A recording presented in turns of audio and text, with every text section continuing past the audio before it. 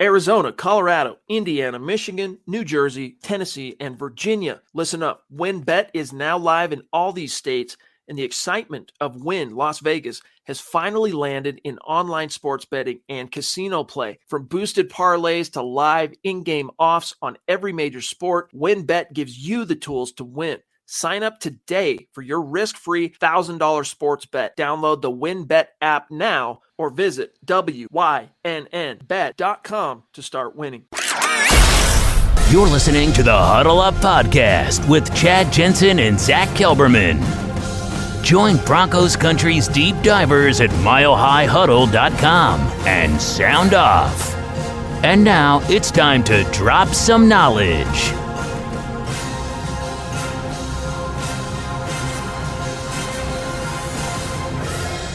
But I hope everyone's doing excellent tonight. I think I see Twitter is kind of lagging behind, but we're going to get started with tonight's program. I hope everyone's doing great. This beautiful Wednesday, January 19th. I am Zack Kelberman, joined by my co-host this evening, Scott Kennedy, filling in once more for Chad Jensen, who's down right now with the bug that shall go unnamed. And I feel like a little bit he transferred that bug through the phone when I talked to him, because I have like a sore throat going on, I'm kind of tired. I feel like I'm getting sick. Hopefully it's not anything serious, but how are you doing, Scott? I hope better.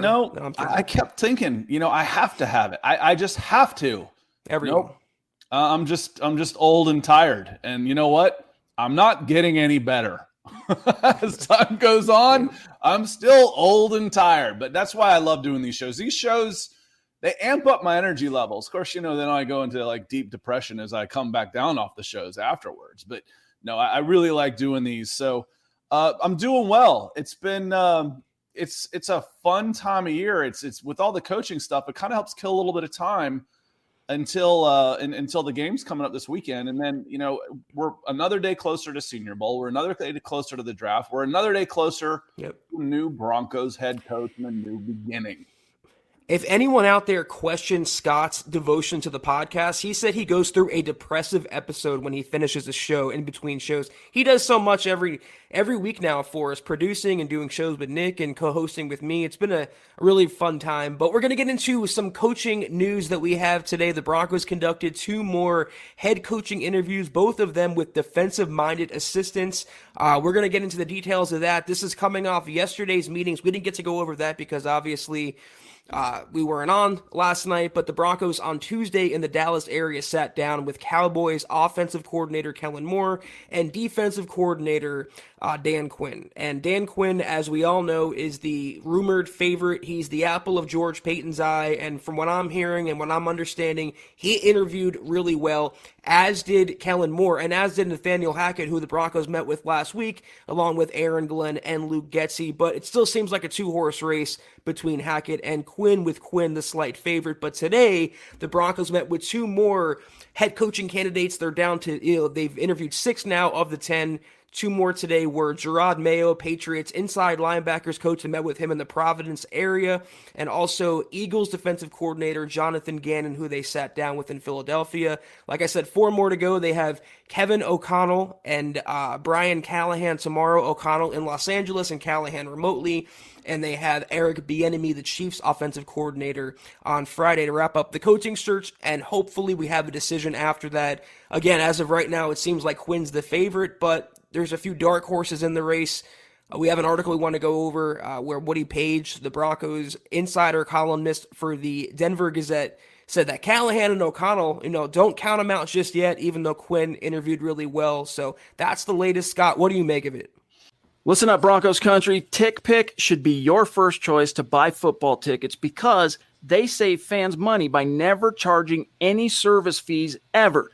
TickPick is the exclusive ticketing partner for the Huddle Up podcast and the Blue Wire Network. Denver Broncos football is finally back, and there's no need to exhaust yourself searching all over the internet to find Broncos tickets anymore, because TickPick, that's TickPick, is the original no-fee ticket site and the only one you'll ever need as your go-to for all NFL tickets. TickPick got rid of all those awful service fees that the other ticket sites charge, which lets them guarantee the best prices on all of their NFL tickets. Don't believe it? If you can find better prices for the same seats on another ticket site, TickPick will give you 110% of the difference in the purchase price. That's right, guys. When we were searching for tickets for the MHH meet and greet for week 3 at home, Broncos versus Jets, TickPick had us locked down. So visit tickpick.com/huddle today and use the promo code HUDDLE to save $10 on your first order of Broncos tickets. I don't know. I think it'll be a little anticlimactic, although I think Quinn's going to be a good hire wherever he ends up. I like Dan Quinn. I like what he's going to bring to a team, especially a team that's in need of an infusion of energy. I think he will definitely bring that. But if we go through all of this and it ends up being the guy we thought it was going to be all along, I don't know. That's, to me, Zach, it's just it's a little anticlimactic. I don't know. Yeah, I was hoping that Paton didn't go into this with one candidate in mind and nothing can sway him, because that would give me shades of John Elway. In 2017, going with Vance over candidates like Kyle Shanahan or even Dave Tobe, the Chiefs special teams coordinator. Before we get into more tonight, Scott, I feel like we should shout out some people in the room with us. Beto Garcia, as always, Colin Wood. I'm just highlighting some of your questions and on comments that I see. Luke Wright, what's up, Broncos country? Zach Williams wants to know, not just yet, he's unannounced. They're going to go through the interviews probably, as Tyler here says, next week sometime. Silent One says, hello, Scott. So you have a personal shout out. So does Dylan. Dylan doesn't like me anymore, just you, Scott. So well, I was in early. So those are, you'll notice I came in, I'm always here before y'all. And I'll hop into the chat and say hello, good evening. Also, they were responding to me because I went into YouTube and say, hey, so don't take it personal. I was just earlier. You were working. You were actually working. I'm sitting here twiddling my thumb doing mock drafts on Pro Football Network's mock draft simulator. I was going to say early doesn't register with me. I don't know what early is, but we have a super here, a quick early super from Allison Rychik. I'm going to just say Addison, $1.99 super. Thank you so much. In my opinion, Addison says, hiring Quinn will decide on Peyton's longevity. Yeah, it's certainly taken a gamble going against the grain with another defensive mind, but in so many ways, Dan Quinn is not Vic Fangio. So you'd feel a little more comfortable with Quinn being the leader of men. But as I put out on Twitter yesterday, and we talked about on Monday's podcast, Scott, if they go with Dan Quinn, then the offensive coordinator hire, whoever that may be, whether that's Luke Getsy, Mike McDaniel, whoever, that's infinitely more important than the head coaching hire. All right. You want to talk about being able to build a staff. Now, I mentioned what a mistake it was hiring Steve Sarkisian to replace Kyle Shanahan. But let's take a look. I sent this to you, Zach, earlier today. Yeah. Let's take a look at that 2016 Atlanta Falcons staff that Dan Quinn had the head coach. Okay, Raheem Morris, former head coach, Tampa Bay Buccaneers, was a wide receivers coach. He's now the defensive coordinator for the LA Rams and getting interviews. Kyle Shanahan, Matt LaFleur, Mike McDaniel, all three of those guys were on staff. Now, you're obviously not going to get all of those guys, but you could end up with a Mike McDaniel to come in and be offensive coordinator. You get the quarterback coach under LaFleur to come in and be maybe on your staff, be your offensive coordinator. And you get a guy who can energize a team and that players want to play for. There's reasons. I know, like I said, it's anticlimactic, but there's reasons to be really excited if Dan Quinn gets this job. Yeah, and if you hire someone like Luke Getsy, there's so many around the NFL who believe, and even Aaron Rodgers, that Luke Getsy is a head coach in waiting, the next great up-and-coming young mind. So if you go with Dan Quinn and Luke Getsy, you're basically, in a sense, getting two head coaches on one staff, and that's what's important for me. Mike McDaniel is another great choice. That's another future head coach. But if you go with Dan Quinn, he doesn't work out. If you have the equivalent of a Kellen Moore underneath him, so a Getsy or a McDaniel, you can fire Quinn and promote the offensive coordinator. You would have that head coach in waiting. It's so important for the Broncos to have their own pipeline and not keep pilfering from other teams. So I know the state of being is a friendly phrase around here. Is, you know, it's not a location. It's a state of being for Broncos country. But yes, sir. Broncos country is pretty damn strong in Georgia. I'll tell you that. With Mark from Georgia, I'm in Atlanta. Mark Lindmood is here all the time. There are several of us that are representing Broncos country in the state of Georgia. So Mark, welcome. He says, "What's up, my guys? We appreciate the super." Mark, he says, "Hackett, machete." I like it. Hey, Scott. Hey, Kelberman. So good evening. Appreciate you being here, Mark. Mark is the God King on the podcast, Scott. As you know, he is one of the most generous people I've ever come across, and Mark knows how much he's appreciated. Good to see you, Mark. Hope you're having a great start to your week. I hope you're having a great hump day Wednesday, as is everyone out there. What else we got here? I saw some comments that I want to get to. So they asked about. I like the question at 24 that was on Facebook from Kevin Lynn. Okay. He says, how does one owner being more rich than another affect the team when every team has the same cap limit? Does a cap come directly from owner's account? And it all depends on how much money they want to spend or what? It's a good question. And it comes in, you're more flexible when you have more cash. And typically a lot of these are basically corporate owned. A lot of these teams are corporate owned. So you don't have too much flexibility. But signing bonuses, when you need to move on from a guy, hey, can I buy out this coach's contract? You know, if I've got Liberty Media as my ownership group of this team, maybe I'm not allowed to come up with the $12 million I wanted to fire Vic Fangio last year to pay off his contract. Maybe I can't get $20 million, $30 million signing bonuses to bring in Aaron Rodgers. That's when it starts mattering who your owners is. A lot of times you should have, based on your operating capital, which is in the billions, it's in the hundreds of millions a year for an NFL team, you should have a budget that you can work with. But when you need to go outside of that budget to get a little creative, it's good to have an owner that has a little extra cash on hand. Yeah, I definitely agree with that. And basically, this is the question I wanted to talk about, and you mentioned Aaron Rodgers.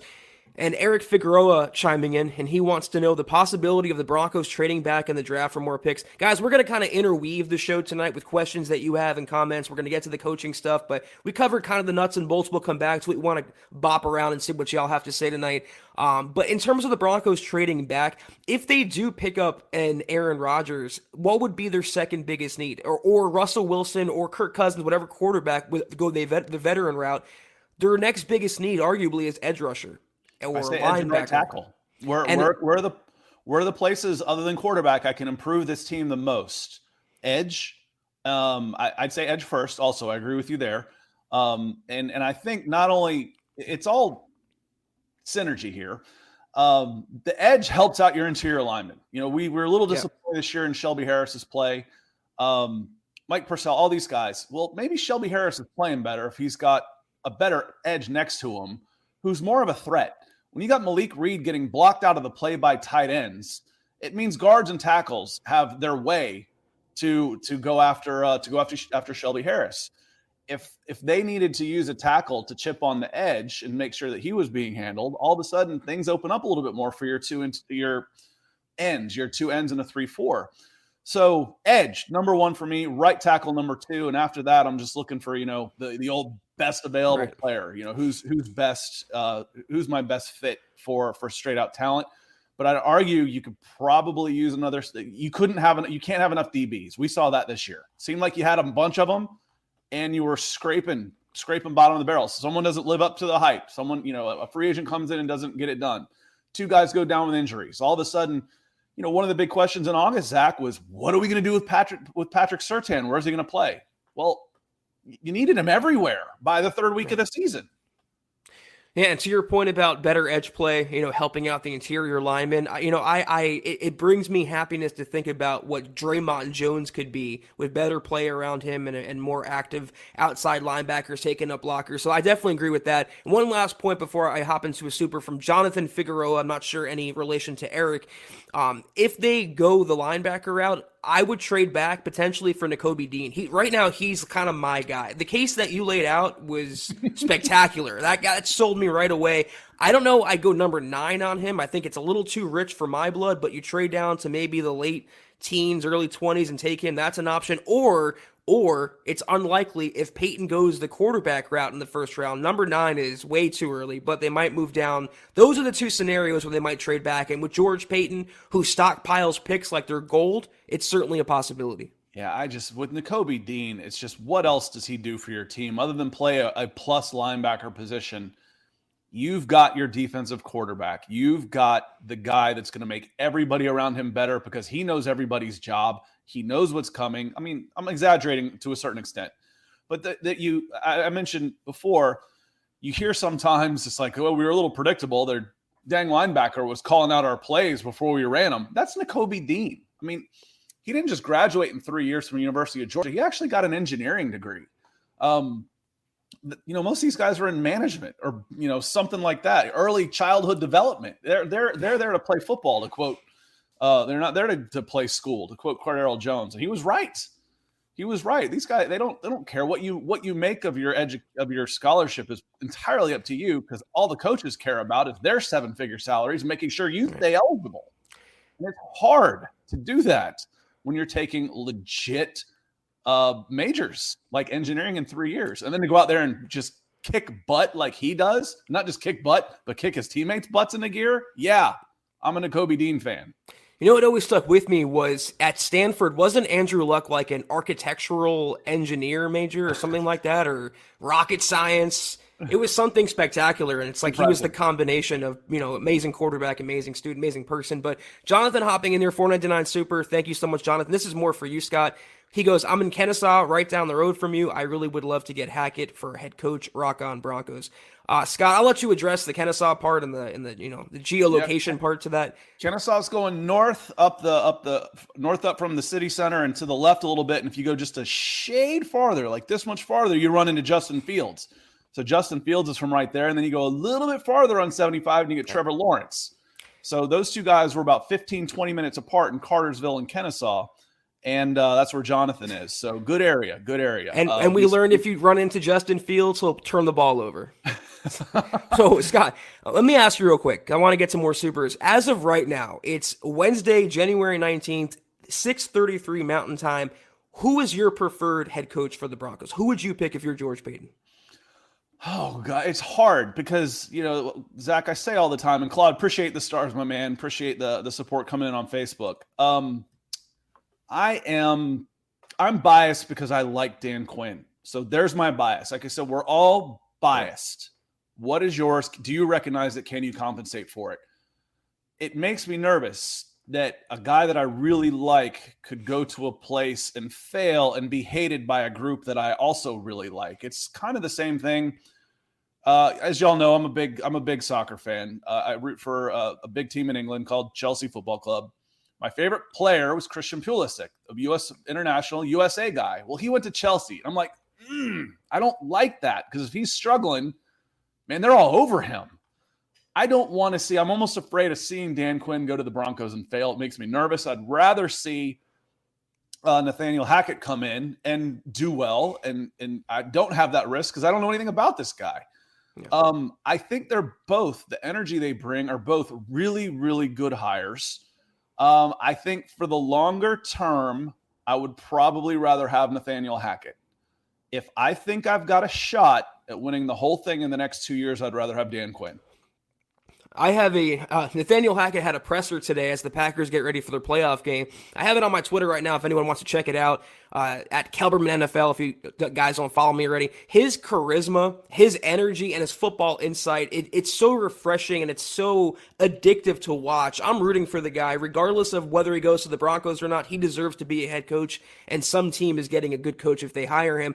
But Josh hopping in here, Josh Alstrom, $4.99 super. Thank you so much, Josh. Hope you're having a great night. He goes, if a trade doesn't help us have high-profile picks, I think trying to convert Baron Browning might be our best bet at getting that elite guy. Oh, man, I'm so torn because I don't know that I look at Baron Browning and I see, like, all-pro caliber. I see good starter, capable starter, blue-collar guy. You could get by with him, but you can upgrade on him, too. I don't see Patrick Willis. I don't see Luke Kuechly. I don't see Micah Parsons. I do like Baron Browning a lot, but the injury jacket he's already accumulated, that's kind of scary. And I don't know. He has some warts to his game. He's not rock solid all the time in run coverage. He blows his responsibilities in pass coverage at times. He was a rookie, and he's playing with a bunch of depleted players around him, but I don't know, Scott. Maybe you differ in your opinion. I just don't see that 10-year starter in Baron Browning. I think there's a reason he dropped to the fourth round. It wasn't just positional value. If you're one of those guys, a Patrick Willis, D'Amico Ryans type of guy, you go higher than that. So that was a really good pick. And can he be a very serviceable player? Absolutely. Can you? And in the word that you just used, Zach, you could upgrade on him for sure. You don't need to. So if I've got 2 guys level and it's my pick, or I've got 3 guys level on my board, and one's a linebacker, one's a corner, and one's an interior lineman, I'm probably going in a different direction because I'm like, you know what? I feel good about Baron Browning. I'd also like to say there's a reason we've talked about Josie Jewell coming back. I'd like to see him with another year of having Josie Jewell playing with him and mentoring him and some of these young linebackers. So he might end up, there's nothing but upside. He can still get better, and he's got the physical tools. I think he was a very well-testing player, but you could upgrade there you could for sure. Yeah, Josh clarifies here, convert him to edge if we don't have a first-round pick. I'm not wild about that. I mean, keep him at one spot. We all saw what happened to DeMarcus Walker when he tried to shoehorn a player into both spots. You end up getting a player that's not good in either spot. Let him learn inside linebacker. You have a potential starter. He has some experience. You got to get that blue-chip edge rusher, though. You can't get by on the Malik Reeds. You can't get by on the Cooper. As much as I like him, he's not that game-changing outside linebacker. They need that presence off the edge. I don't think Bradley Chubb, until proven otherwise, Scott, is that. And I'm not experimenting with converting Baron Browning. Leave him there and go get someone better. That's a pure edge guy. I have seen him rush the passer, but I think rush the passer. Boy, did I screw that up. Rush. I'm with you tonight. Passer, but I think it's more of a fifth guy, more of an outside linebacker in a 4-3, as opposed to a stand-up defensive end in a 3-4, where you're only sending 4 guys. And he's one of the edge guys. An edge in a 3-4 is basically a hybrid almost, a defensive end, outside linebacker. I don't think he's that guy, but I think he could be Will Sam coming in off as a blitzing in a 4-3. I think he could do that for sure. I've seen him do that before, but not necessarily playing as one of the front 5 in a 3-4. That's a good point, that it kind of depends on whoever the Broncos' next defensive coordinator, head coach is, the scheme. If they go to a 4-3 or 3-4, that could impact Barron's, where he plays and his impact. But at the worst, you have a guy who can play outside linebacker and was a starting inside linebacker. So keep him where he is, let him develop. Jonathan Hobson, again, $9.99 super. Thank you so much, Jonathan. Really appreciate that. Scott, he says, I own Auto Experts Repair. Shout out. And service in Kennesaw, and Justin Fields' dad is actually one of my customers. Pretty cool. Zach, what's the cons on Quinn and the cons on Hackett? The cons on Quinn, he's not an offensive guy. That's number one. They need to go the other way, I think, after failing with VJ and failing with Vic. I'm not comparing Quinn to Vic. They're different in a lot of ways. But, 2 strikes, you don't want to strike out with the third guy. It's time to go the other direction. You're seeing with young coaches in the division what they can do, around the NFL what they can do. Most of them are offensive minds, so that's number one. Number two is he came up pretty small in the playoffs. I mean, people regard Dan Quinn like he's Buddy Ryan in his prime. He really is not that good. He gets a lot out of his players, but he's not the perfect, blemishless candidate either. That would be the biggest thing to me. And also his track record. He was 43-41 or 44-42 at career as a head coach. He was treading water 500. He didn't. You gotta take that out of your mind. 500 in Atlanta is like 750 somewhere else. 500 is good. Yeah, but in the NFL, it's not much. That makes him like the 3rd winningest coach of all time for the Atlanta Falcons in 60 years. I want more than mediocrity. And also his offensive coordinator hirings. Obviously, he lucked into Kyle Shanahan, but he also lived and died by Dirk Cutter. It's kind of like what Vic did with Pat Shurmur. So there are some shades of Vic. He's a good rah-rah guy. That's the pro. He's a high-energy guy, good leader, a real leader of men, a galvanizing presence for the locker room, but just not being the offensive mind and going against the grain. That's the con of Quinn. I'll throw this over to you, Scott, real quick about Hackett, though. I want to say he doesn't have the experience. We don't know if he can lead a whole team. He's a first-year coach, and the Broncos conversely fail with first-year coaches in VJ and Vic. They might not want to go that route. They might want an experienced guy, new ownership coming in. They want a steady hand, and we don't know if Hackett can do that job. He also doesn't call plays. That would be Matt LaFleur in Green Bay. He also has some guy named Aaron Rodgers quarterbacking that team. That probably helps a little bit.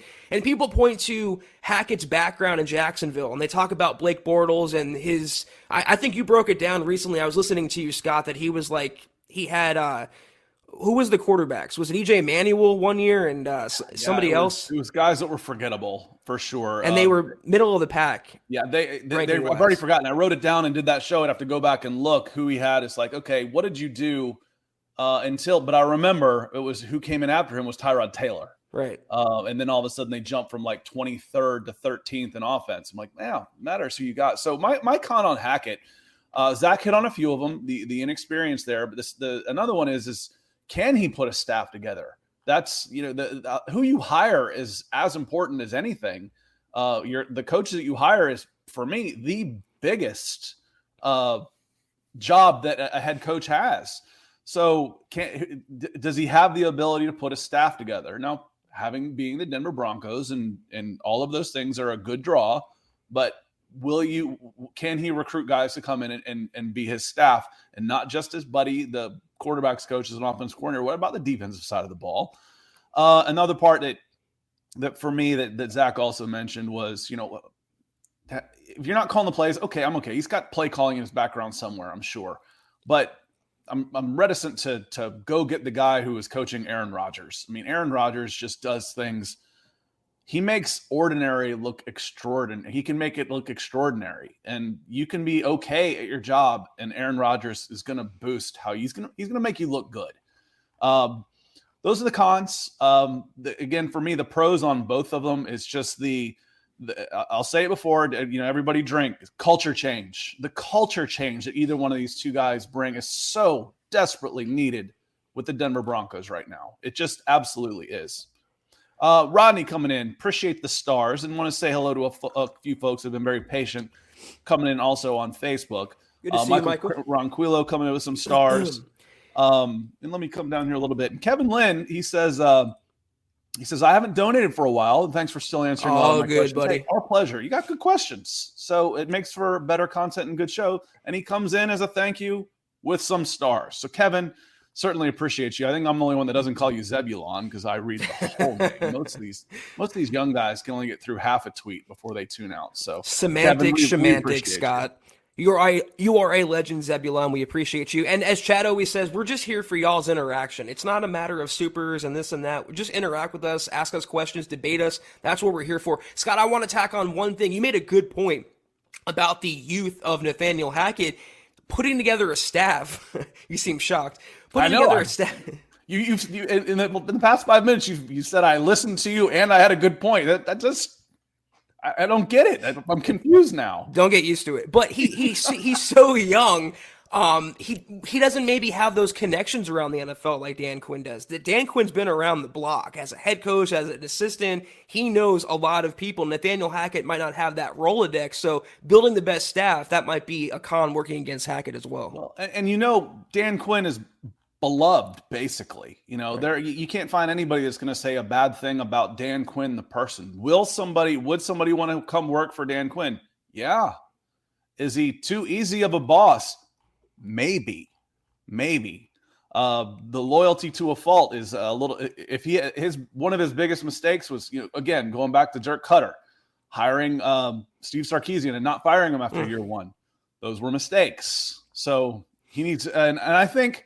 With experience, once you get canned, you look back over your shoulder and said, you know what, I should have been a little more ruthless. It didn't do these guys any good for me to stick by them if we all ended up getting fired. There's some truth to that. Look what Belichick did. And I know he had Tom Brady, but after Cleveland, he was the head coach there. People kind of forget that. And he was definitely forgettable, to be kind. And in New England, he had the second stint. And some coaches just do better in their second stint. That is the hope for Dan Quinn. The Patriots when they hired Belichick weren't the Patriots that we've come to know by any stretch of the imagination, but they still weren't the Browns. Right. They still weren't the Browns. I was a big Bledsoe guy. I can say this as a Cleveland-born, raised in Atlanta, two of the most dysfunctional sports cities you'll ever find, and the Cleveland Browns and Atlanta Falcons. If you can get any kind of success in either one of those two places, you're doing really, really well for yourself. Two great sports towns, though, indisputably. Jonathan Figueroa hopping in again. Thank you so much, Jonathan. $4.99 super. Jonathan goes, I think our best need non-quarterback is right tackle. I think everyone on the line this year regressed, especially Cushenberry. Bowles was disappointing as well. Yeah, he kind of fell apart down the stretch, went back to being bad Garrett Bowles, and you can argue he got paid, and Shelby Harris did as well, and they kind of just pull back. It might be just like a human trait. They can't control that, but they have to definitely upgrade. You can argue any spot on the offensive line. We talk about right tackle for sure. They have to get that blue chip guy, but Dalton Risner at left guard, he was pretty bad, I shall say. Cushenberry is upgradable, and I do like Quinn Miners at right guard. I think he's the most stable blue chip presence they have right now.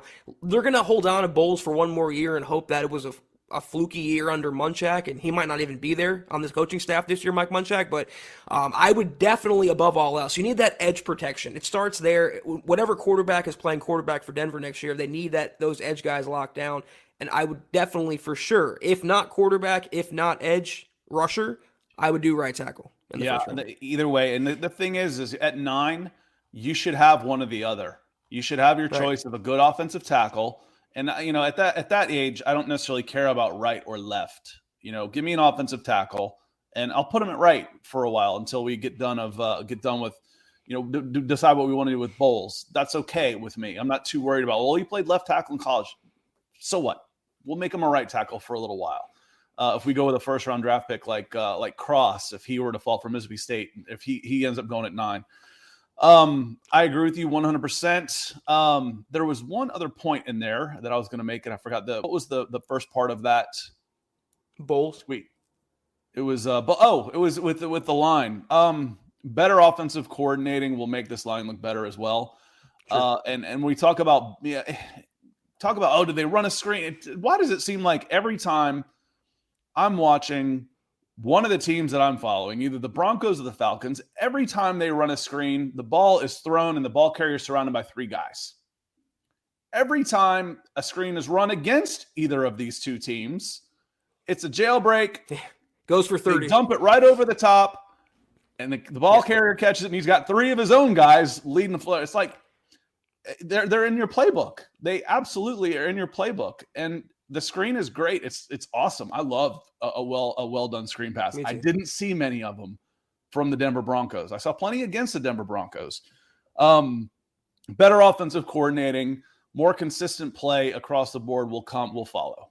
And quarterbacking as well. It's a great point about the coaching and the play calling, but quarterbacking, that's part of the equation when you want to dump the pass off and get it done with synchronicity. But Art Powell hopping in, it's a pretty interesting question that I bandied about on Twitter earlier. Who would be a great special teams coach? I can't look at you guys and say with a straight face that I know every special teams up-and-coming assistant around the NFL. That's secondary, I feel like, to the head coach and the offensive and defensive coordinators. I would maybe raid someone on Dave Tobe's staff, the Chiefs special teams coordinator. He's like one of the best in the business. I would just look for the best special teams and just get one of their guys and see if they want to come over. One guy to keep in mind, though, is Thomas Mcgahy. I believe the Broncos show interest. Might have been 2-3 years ago. He was in Carolina. I believe he's a free agent now, or eligible to be hired by the next coaching staff. He's one name to keep in mind. But pal, someone pointed out to me, what if the Broncos brought in Rich Bisaccia, who was the interim Raiders head coach and special teams coordinator? He deserves, to me, maybe you disagree, Scott, a legit head coaching shot. What he did with that team, as dysfunctional as they were, you talk about a leader of men. He was what Vic Fangio should have been, despite being around the same age, despite having that curmudgeon-y kind of get off my lawn type of vibe. If the Broncos could get him, sign me up in a heartbeat and then wake me up because I'm dreaming. Yeah, can he sustain it? The new coach bounce when you get a culture change that I expect to happen for the Denver Broncos, but then can you sustain it beyond the year? He had his interview. What's his name? Scangarillo. I get these guys confused. The Raiders interim coach. He had his interview today for a chance to go and get it for sure. So for me, special teams coach is the nepotism hire. So who's got a son, nephew, somebody coming up that wants to get into coaching? They're going to make him a special teams coach. It's just I don't look that deep because that's the entry level position for somebody who's coming up through the ranks, who's dad, uncle, or somebody is either an owner or a coach or something like that. So I don't look that deep into special teams. Apologies. As long as they're not in any way, shape, or form related or associated with Tom McMahon. Just avoid that tree altogether. Dennis Woods, $5 super. Thank you so much, Dennis, as always, hopping in and showing support. Dennis wants to know, Scott, does George Paton have any say about the coordinators, or is that strictly the new coach's decision? I'm sure He even said in his press conference after he fired Vic, the next head coach, the candidates he brings in, they have to have a plan for the offense. Whether they're of the offensive mind or the defensive mind, they have to present their vision, their plan, their goals for the Broncos offense. And I guess part of that presentation, PowerPoint or otherwise, Scott, would be what coordinators, what assistants would you be eyeing? And there's that rumor that Dan Quinn was already building his staff behind the scenes to come over to the Broncos if he gets that job. George Paton will have input. I'm sure he would kind of nudge the head coach along to what he thinks the Broncos should have at that spot. But you have to give the power and the accessibility to the new head coach to pick his own guys and get his new guys in the building. It's so important that they feel empowered enough to surround themselves with like-minded people who they think they can win with. So it would be a collaborative effort. So it would absolutely be a collaborative effort. The Peyton would have the ability to cross anybody out. Say, okay, here's the list of guys. Like I'm presenting. Zach's the general manager. I'm the coach. Zach, here's the 3 guys I want to go after. Does this look good to you? And you'll say, yeah, that looks good to me. And frankly, where he's got the most power is I want to see that list probably before I hire you. And if I don't like it, right, you're not going to get the job. So George Paton has the ultimate authority in who are the coordinators going to be, because he's the one hiring the head coach, and he's the one that can fire the head coach. If the head coach doesn't do something that George Paton likes, he can absolutely put the kibosh on it without a doubt. He's the boss. Jonathan, again, this is the Figueroa-dominated Huddle Up podcast tonight. Thank you so much, Jonathan. $9.99 super. Also, defensive back is a minor need for us. Darby is decent. Simmons and Surtain are great.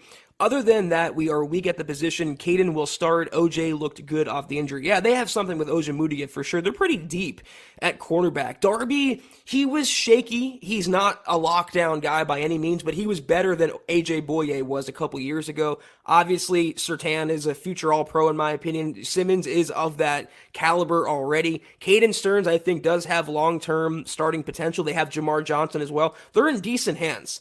Coaching, regardless of who they bring in for DC or secondary coach, I would continue stocking the shelves, though, when you play in a division with Derek Carr, Mahomes, Herbert. Scott made the point earlier, you can never have too many defensive backs, or you can never have too many toys to play with on defense. So I would say not a round 1 need by any means, round 2 need, but you want to start thinking about it in the middle round just to keep adding to a position of luxury. There's 3 really, really good corners in this draft. And so far, could change. But if Derek Stingley Jr., Sauce Gardner, Andrew Booth, if you were to take those guys, you could say, okay, I get that. It's actually, like you said, it's a minor need. It's a bigger need than you think, because one injury away, and plus you're on the field in a dime package half the time anyway. You need 6 DBs sometimes on the field at once. Right. We mentioned 4 there. There's some guys that didn't pan out, some guys that are probably going to leave. So, yeah, it's definitely a bigger need than you think. So appreciate you, Jonathan. I want to say hello to Tori real quick. And before, Zach, you grab Michaela coming in, it looks like, coming in at the top. So Tori coming in says, and Tori Thomas, that looks like a new name to me. So welcome to the show. Appreciate your support. Said, I would love for us to get Hackett to work with Locke. I think that would be a huge help for not only Locke, but for the whole team. And that's the important part, Tori, is – while everybody, we root for players, that's why a lot of times I'm pro business, but in sports, I'm really pro labor, because I root for the players. I don't care who the owner is. I just don't care. I'm for the players. So we're all want the players to succeed. If Drew Lock succeeds, great, but you're not bringing in a guy to get the best out of a 2nd-round draft pick. That's just not going to happen. And I think anybody that's going to come in is going to reverse interview with the coach, because they've got options. Dan Quinn is a hot candidate right now. He could have his pick of probably 5 or 6 different jobs. So if I'm Dan Quinn, you gotta sell me. What's your plan for quarterback? What's your plan with the salary cap? And George Paton better have those right answers too, because I don't think anybody's taking this job saying, okay, Zach mentioned the same thing with the coordinators and the flexibility in their hires. They're going to want to have the flexibility with the personnel just as well. And if I'm George Paton and I say, okay, you're going into next season with Drew Lock as your quarterback, you're not going to get the guy you want, period. Yeah, I said accessibility. The word I was looking for was autonomy. And whether they're the GM, head coach, coordinator, they have to have the autonomy to pick their own guys. Listen, as you guys well know, I'm one of the bigger Drew Lock guys around. I still think he can make something of himself with a real legitimate coaching staff around him and support by his head coach, for one, who doesn't hate him outright. But you're not hiring this head coach with, like Scott laid out perfectly, a second-round pick in mind who seems like he needs a change of scenery in Denver. It doesn't seem like the Broncos are it for Drew Lock, nor the Lock it for the Broncos. If they can make something out of him, he is the only quarterback under contract right now in Denver for 2022. If they can make something of him, great. Either as a backup or bridge starter, whatever situation that Drew Lock finds himself in Denver, if he's in Denver this coming season, great. But you're bringing Hackett in potentially for the long term, whether that's to continue coaching a guy like Aaron Rodgers or getting the next up-and-coming quarterback that you can mold. Drew Lock is a plan B in the Broncos' plan A of what they want to do long term. And Mcgahy coming in with as always, just the generous supers. And doing Mcgahy things. Mcgahy, we love you, Mcgahy. I get to say that. I will say that one. I might not talk about letting it breathe, but I will say we love you, Mcgahy, for sure. She says, I don't know why, but Quinn scares me. Vic 2.0. And this just hit me. I don't know why. That's why I was like, I said the right name, right? As I'm reading this. This just hit me. The only thing they have in common is that they're defensive guys. As far as Vic 2.0, no. This is Pete Carroll. This is a Pete Carroll type of guy with the energy that Pete Carroll brings and the enthusiasm. So if you like Pete Carroll and what he brought to the Seattle Seahawks for the last 10 or 11 years, and that's where that makes sense. Mike Quinn was the defense coordinator under Carroll. That makes sense. I'm starting to string it all together. I'm only 3/4 ADD. But if you don't like Pete Carroll, then that's what should scare you. So, man, I don't want a Pete Carroll type of coach for the Denver Broncos. Then that's what should scare you. He is a polar opposite to Vic Fangio. There's offense, there's defense. You can't just wipe out 50% of your candidates right off the bat because the right guy might be a defensive guy. So you don't have to worry about him being Fangio 2.0 because they're nothing alike as personalities, nothing at all. Not as personalities, no. But the only similarities you can draw is that they're defensive coaches. They're up there in age because Dan Quinn's 51 and Fangio is whatever, 60, 61, whatever. And that's a generation apart, dude. Come on. They ain't in their 30s or 40s is my like point. 50 next year. I'm not that old. I'm not 65. This isn't about you, Scott. He's 20 years younger than Pete Carroll. Okay, I'll make another point. Imagine having Dan Quinn till he's Pete Carroll's age and you got your coach for the next 20 years. Does that sound too old? Come on. Okay, well, what about offensive coordinator hirings? After failing with Pat Shurmur, and that's what makes you nervous. Is Vic getting that leash as a defensive mind who didn't pay attention to the offense? I'm not saying Dan Quinn's like that, but you have to look back on his track record. He was 1 for 3 in hiring offensive coordinators. He failed miserably with 2 of them, and he kind of backed his way into Kyle Shanahan, who would have been great under any head coach. I don't think Dan Quinn deserves credit for hiring Kyle Shanahan. And again, it's as a collaborative effort. Can he lean on George Paton and do better? Can he do better with it? Because Thomas Dimitroff was criminally bad at what he as a general manager, just horrendous. So that's going to be one of the bigger assets you've got there for sure. This is talking about bigger assets. We have Chris and Zuko's van life. That's got to be Mr. Gaspari, right? Yeah. I saw the Canadian. That's unbelievable. Whoever you are, if it's Christopher Gaspari, Chris and Zuko's van life, that is unbelievable. Thank you so much for that showing of support. We definitely appreciate that. As Chad says, it helps keep light on, and it's definitely true around here, so thank you so much. Evening, gentlemen. Does Peyton have a say in who is our physical training staff, or is that the head coach's decision? Oh, that's like a story. See? Oh, I didn't even read that far. The hashtag say to being hashtag MHH for life, aka Christopher Gaspari. Again, Chris, thank you so much. That's definitely unbelievable, and you are quickly rising up the Mount Rushmore lore.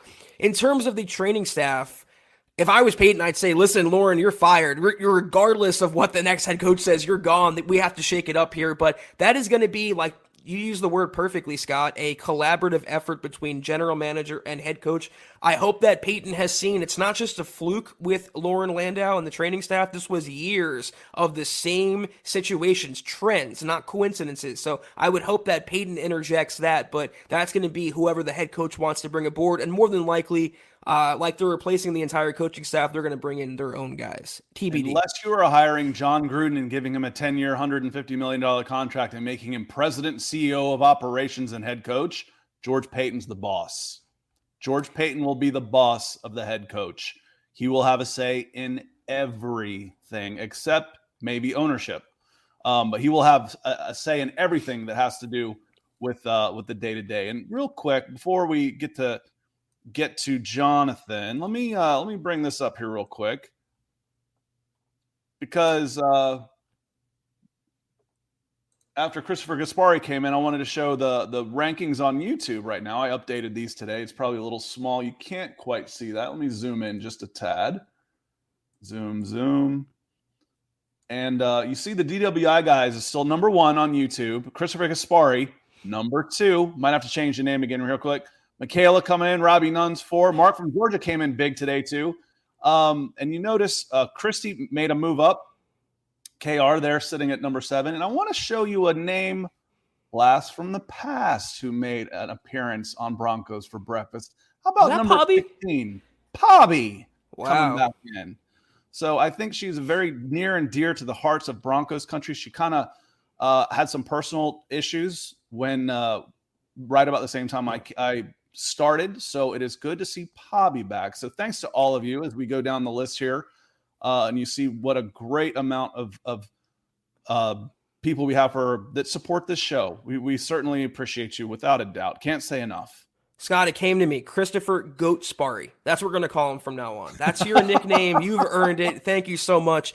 I want to talk about Jonathan real quickly. Talk about the boss, like you mentioned earlier. Jonathan's the boss of tonight's podcast. I see the Queen, Christy, making her presence felt as she always does. We'll get to Christy in just 1 second. Jonathan goes, I want the kid energy Hackett offers because I can see myself jumping up off the couch while he's on the sideline going nuts on an 80-yard touchdown. He would go nuts on a 2-yard handoff. The guy is a ball of energy. And like I said, I retweeted his presser he had today, and he even said, I'm an excitable guy. He's always wearing a smile on his face. He loves talking about football. He'll talk your ear off for an hour. He has great insight, and he's infectious. That's the guy that you want to be coached by. That's the guy you want to go win for. I mentioned this before, Scott. It was like when you were in school, the best teachers you had were like the most fun ones, the ones that you felt most connected to, and you learn more from them. When there were good teachers, you retain more knowledge. You wanted to be in that classroom, as opposed to a teacher who would stand up there and drone like Charlie Brown, or stand there like with his aunt, like Vic Fangio. That treated you like you were stupid. What player can feed off that? No one. So you want a guy like Hackett who has that kid energy, who goes crazy, not overly. It's not, it doesn't be too much. It's not a shtick. That's genuinely how he is, and that's what the Broncos need, a shot of life. And whether that comes via Nathaniel Hackett or Dan Quinn, who has the same kind of personality, I am all for that. I'm tired of the curmudgeony. That's going to happen. Culture change. Rodney Garcia, before we get to Christy, came in a while. Thank you for being patient, Rodney. Hopefully you're still here. Appreciate the support. Says Hackett with Drew Lock, if we're unable to get a veteran QB. I want to see Lock in 2019 form with that wristband. He reminded me of Buzz Lightyear against the Texans. I think they're honestly, and it came back in the hope. Like, again, we talk about, I'm going to make a comparison here to Baron Browning and Jonathan Cooper. Guys who aren't top of the line starters, but we see flashes and we see what hopefully they can be, and they can take steps that way. There's some revisionist history that goes on with the 4-1 or 5-1 finish that Locke had. I think in those 5 games, he was 7 touchdowns, 3 interceptions, quarterback rating in the 90s. He was okay. It wasn't the second coming of Josh Allen against the Patriots. He was okay. The problem is you went 4-1, and all of a sudden we're going to reset and start over. It's like, wait a minute, we were on an upward trajectory. Shouldn't we have kept going that direction? Right. I absolutely I understand that 100%. But his form in 2019 was okay, good, for a young guy, good for a rookie, but not Pro Bowl caliber quarterback. And then he hits 2020 and CV's taking over in the NFL. He has a new coordinator. And it's not like that coordinator was, Sean McVay or Kyle Shanahan. That coordinator was Pat Shurmur looking back on it. So he was always kind of at a disadvantage. He did himself no favors in 2020. But I wouldn't say that Drew Lock had a fair shake in Denver. I don't think anyone would. If the arrow is going up, for the most part, I'm happy. I don't want to have big drastic changes. And that's where I think we can all agree that didn't help anybody. It certainly didn't help Vic Fangio. He was gone. He should have been, again, I've said it before. I wasn't surprised that he was fired. I was surprised that he was still there. I can't believe he wasn't gone after 2 years with a new general manager coming in. That was the surprise. Yeah, VJ got 2 years and Vic got, more than that. So, I don't know. That's just one of those things that the Broncos have to live with. But we have Christy hopping in here, the queen for a reason. I want to do a little bad because I haven't for a while. Christy, thank you so much. We love you genuinely and heartfelt. Good stuff tonight, guys. As always, thank you so much, Christy. The podcast is always better when you bless us with your presence and you know that you are a legend of this brand. So thank you so much. Again, appreciate you. It makes me feel good to see that this show is still getting supported even if I'm on it. So thank you. That's quite the endorsement. It makes me feel like, hey, you love me. You really love me. At least you don't hate me. You don't hate me enough to get rid of it, to just tune out. It's I appreciate the opportunity to be on with Mile High Huddle in Broncos country. That's the new slogan. The Huddle Up podcast. At least you don't hate us. So we can definitely it could be a lot worse. Exactly. Todd hopping in here is Zack and Scott. What players are you pounding the table for? Would you take Kyle Hamilton over Cross, Corral, or Stingley? What do you say about that, Scott? Yes, and yes. I say yes. I say hell yes, and I say ooh, that one's close, but still yes. I'd take Hamilton. If you took Hamilton number 1 overall for a safety, I'd say that's ballsy, and he's the best player in this draft. He's the best player in the draft. If you get a game changer at any position, I don't care about positional value if you get the guy. There's a saying in scouting that it's not the players you miss that hurt you. It's the players you take and can't play. So as long as those are the ones that hurt you, if you get Kyle Hamilton and you miss out on Derek Singler as a star, or you missed out on Justin Herbert or Josh Allen, I forget which year was which. I think it was Josh Allen. But you take Bradley Chubb and he's a star. If you miss it on Justin Fields, but you take up Pat Surtain, but Pat Surtain's a star, you're okay. And if Kyle Hamilton is a star and I think he's got the best hit chance of anybody in this class, I don't care where you take him. So yes, he wouldn't fall past 4 in the New York Jets for me. Yeah, I was going to say it depends where are you taking these guys, because taking him at 9, taking him at 19 or 29, that makes a big difference. I got to be honest, I'm not really in true draft evaluation mode yet. I'm kind of really super consumed with the head coaching search, and we have free agency coming up before the draft, obviously, but pounding the table early right now. I don't know that I'm pounding the table, but I'm gently knocking on it for Nakobe Dean. You got to have that trailblazer at linebacker. And again, Scott, the case you laid out between his leadership, which Paton loves, and his versatility and just his playmaking ability, they need that injection in the linebacking core. So early on right now, I love Hamilton. I love Stingley, but Dean is also up there for me. Yeah, appreciate the question, Todd. I take Hamilton over those 3 guys. Like I said, yes, hell yes. And probably because Derek Stingley looked like a number 1 overall not too long ago. And Gio Vandermark, help me out, Zach. I don't recognize that name. Yeah, he's been around these parts quite a bit. He is a legend in his own right. We love you, Gio. Back. And pleased to meet you. Yeah. Say hello, Scott, to Gio. Gio, this is Scott on the Huddle Up podcast. Thank you so much, Gio. That's amazing. You are super generous, and that's why you are the aforementioned legend. I can't pull up the super sticker. I'm going to assume it's Acid Hippo or not Acid Hippo. Let me mute. I forgot I saw this window open, so I'm surprised things are still working. It's like a jumping happy fox. Okay, I'll take it. Fireworks shooting off. So, it's a sign of things to come in the Broncos coaching search. The fireworks are going off. We have Lana, L. Carter hopping in. Stars. We don't know if they're big stars that Scott likes to do. I'm still behind on Facebook. Okay. So let's run through. I mean, I'm at 8:43. These came in almost 30 minutes ago. So we're going to run through some of our rapid fire stars. time, baby. We're going to run through some of our stars. But Phil says, I read the Jags are looking at Leftwich. Did Paton talk with him? Seems like he's a good OC. What's your guys' opinion? I think he should absolutely be on the head coaching searches. I think there's rules. You can only have 10 or so. And I think a couple of these guys were brought in to be possible coordinator interviews, and you just did it under the guise of your head coach. So there was only so much room you could do. But I think Leftwich absolutely deserves a shot at this. I looked it up. It's like, oh, he's got Tom Brady, this or this and that. Their numbers stayed about flat. Leftwich, I think, was the third ranked offense the year before. With Jameis. Before Tom Brady. What's this guy's name again? Tom Brady got there. So Leftwich looks pretty good to me. I think he should absolutely be on the interview list.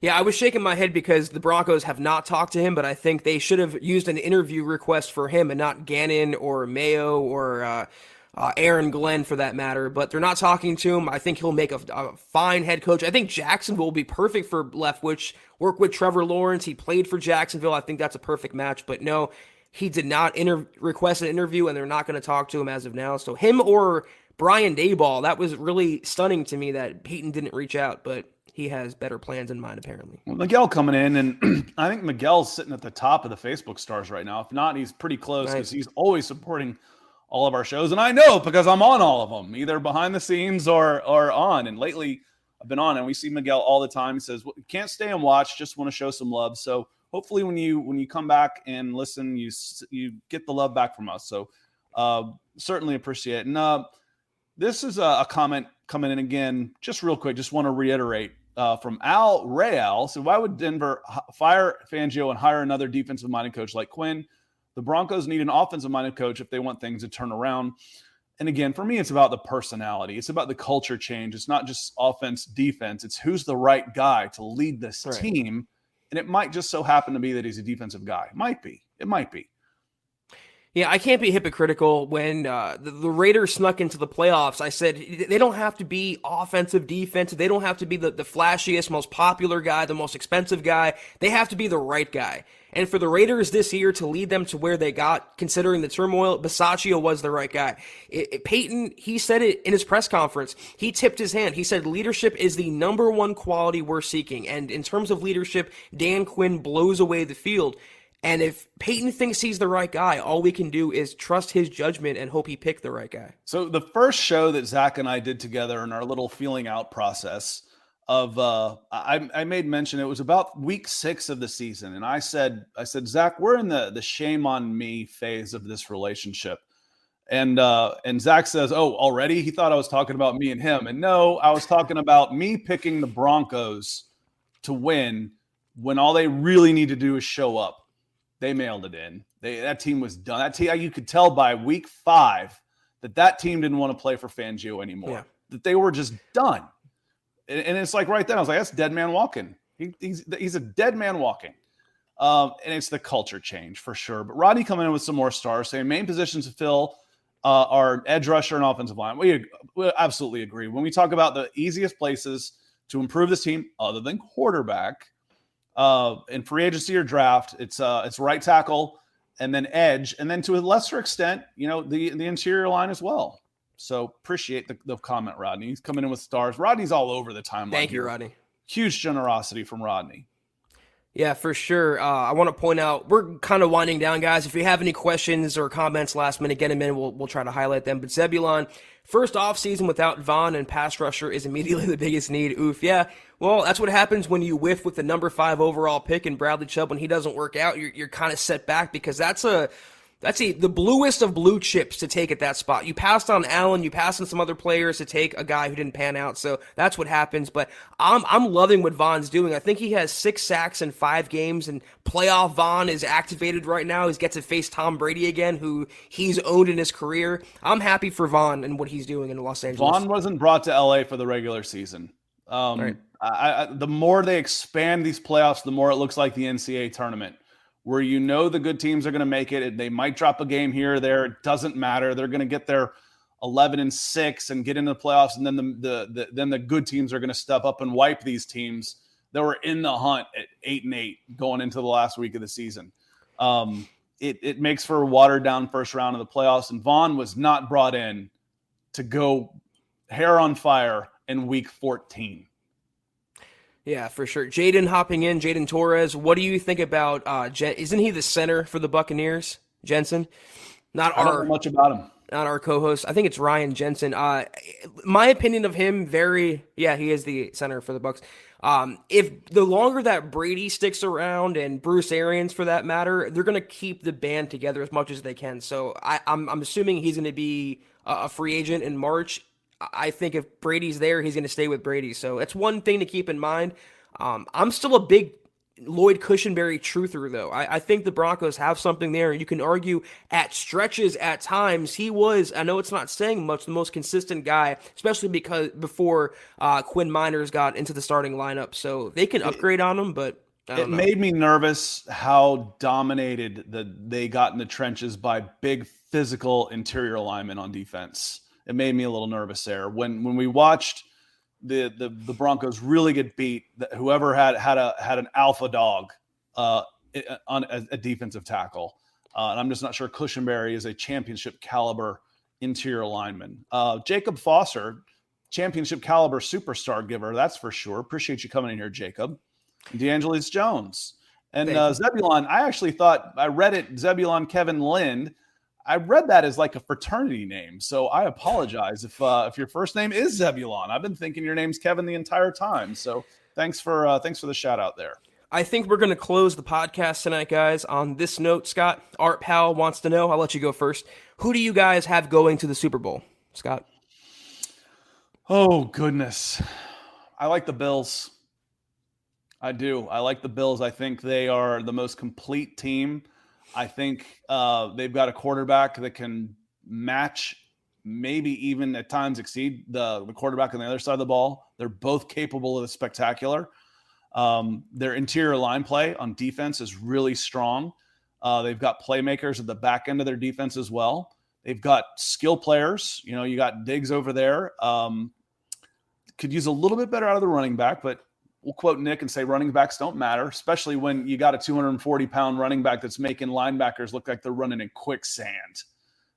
You've got your running game. So I'm going to go Packers Bills. I think I'll go with the Packers to beat the Rams in the NFC Championship. They're not playing this weekend, are they? I've actually been so wrapped up in this.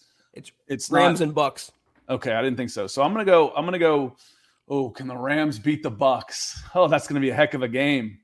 So I think I like the Packers. I do. I like the Packers to go, and I like the Bills to finally get. If the Braves can do it, by God, if the Georgia Bulldogs can do it, by God, and break 100 years of curses, then it's the Bills' turn. I like the Bills. I think when they're on, they're as good a team as there is in football right now. Hell, if Kansas City can do it after 50 years, then any team can. That's the thing about Buffalo that scares me, is that when they're on, they're pretty much unbeatable. Same for Los Angeles, but they're streaky. You know, didn't Buffalo lose to Jacksonville earlier this year? Yeah, they had a couple of those just and because I was on the Buffalo Bills podcast last night, and I made that same comment about these teams, they take games off. You know, they just let down games. Game season, they just mail it in. They're like, you think so? I'm like, explain to me how you lose to the Jaguars. And he's like, well, yeah. I'm like, I don't care if you're bringing a Detroit Lions F squad that they brought to Denver. The Bills are better than the Jaguars. So it's just throw it out. What happened? What happened when every home team won except one, didn't they? Except for the Cowboys with only. And the Cowboys are probably in the weakest division of the bunch.